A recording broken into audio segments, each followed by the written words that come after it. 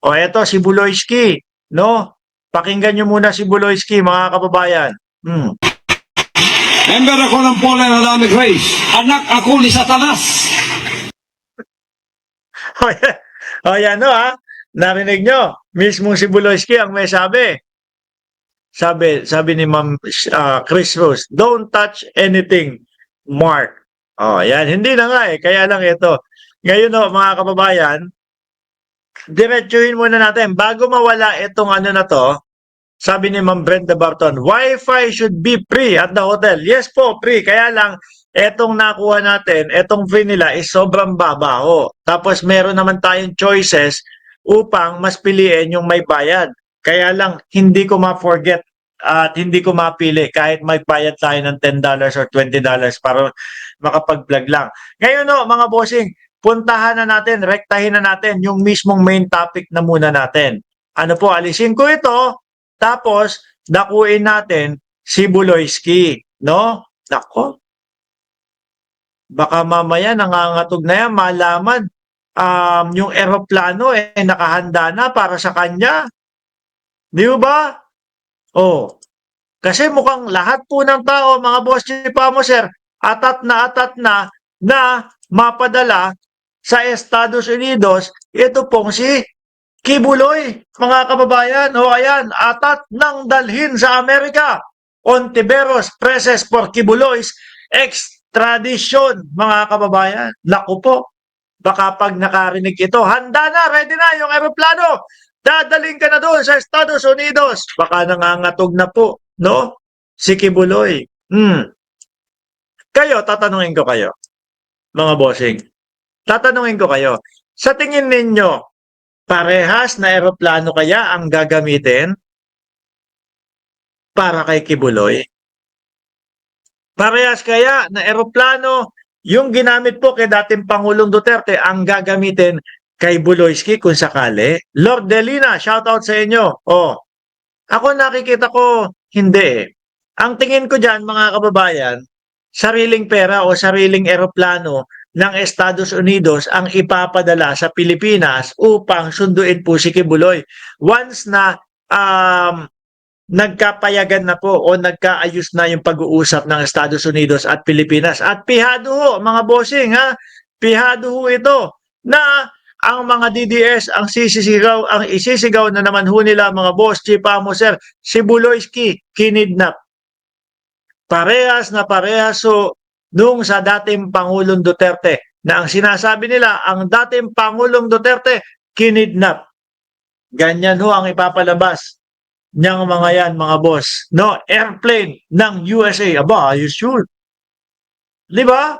Ayos na ayos yun. Sabi ni Gracious Grace, sana oil gagamitin kay Kibuloy.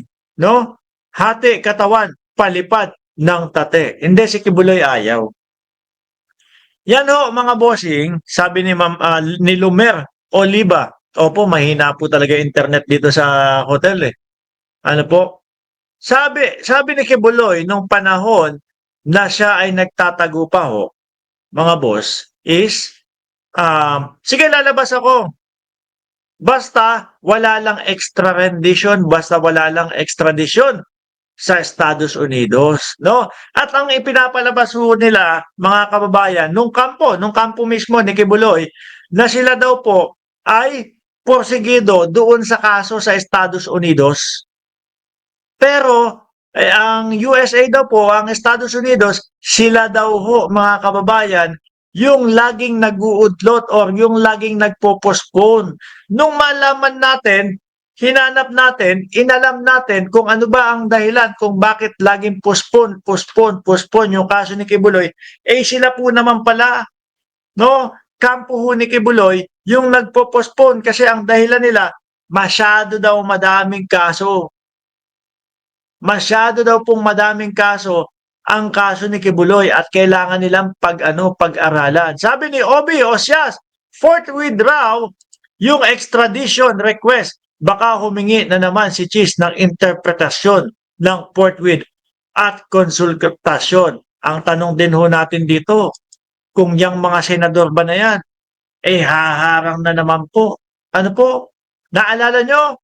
Nung kinukuha si Kibuloy, nung inaaresto ni General Torres si Kibuloy, ay nako mga kababayan, halatang halata yung galawan ng Robin Padilla nung Bato de la Rosa at nung Bongo. Di ba?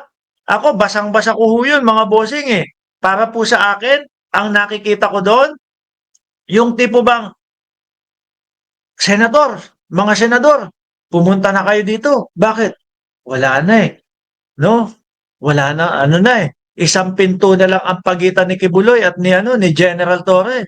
Kaya po napabiyahe sila noon. Saktong-sakto naman po kinabukasan arestado o huli na o kuha na si Kibuloy, 'di ba? End times kung naalala niyo 'yon. Hmm. Pero lumulusot pa din yung mga DDS. Sinasabi nila nung panahon na 'yon, ay wala, hindi naman talaga nahuli si Kibuloy. Ang nangyari diyan ay sumuko si Kibuloy kasi ayaw nang magkagulo, etc., etc. Eh gustong-gusto po nila ipahiya si Torre noon, mga kababayan. Gustong-gusto nila ipahiya si Torre na mali yung iniisip niya Torre na nandoon sa loob ng kingdom si Kibuloy.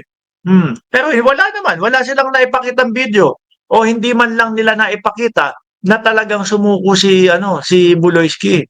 Ang totoong nangyari doon mga boss na sinasabi nga po ng kampo ng PNP, nasukol si Buloyski. Ngayon, ilang buwan lang ang makalipas. Naku po, ang dating Pangulong Duterte na with matching eroplano. No? With matching eroplano. Kaya sabi ko, hindi kaya lilinis na yung eroplano na ginamit ng dating Pangulong Duterte papunta doon sa Hague at gagamitin naman ngayon kay Buloyski papunta sa Estados Unidos. Di ba, Sir Archie Beroya? O, na 8360, number 255 ang kanyang like. Sabi ni Ma'am Nelin Lonzano, member ako dati ni Kibuloy for 14 years dito sa Hong Kong pero lumabas na ako noong 2015. Grabe, di ko kaya ang mga givings. Nabudol din ako, magaling kasing mangaral ng salita ng Diyos at naging pera.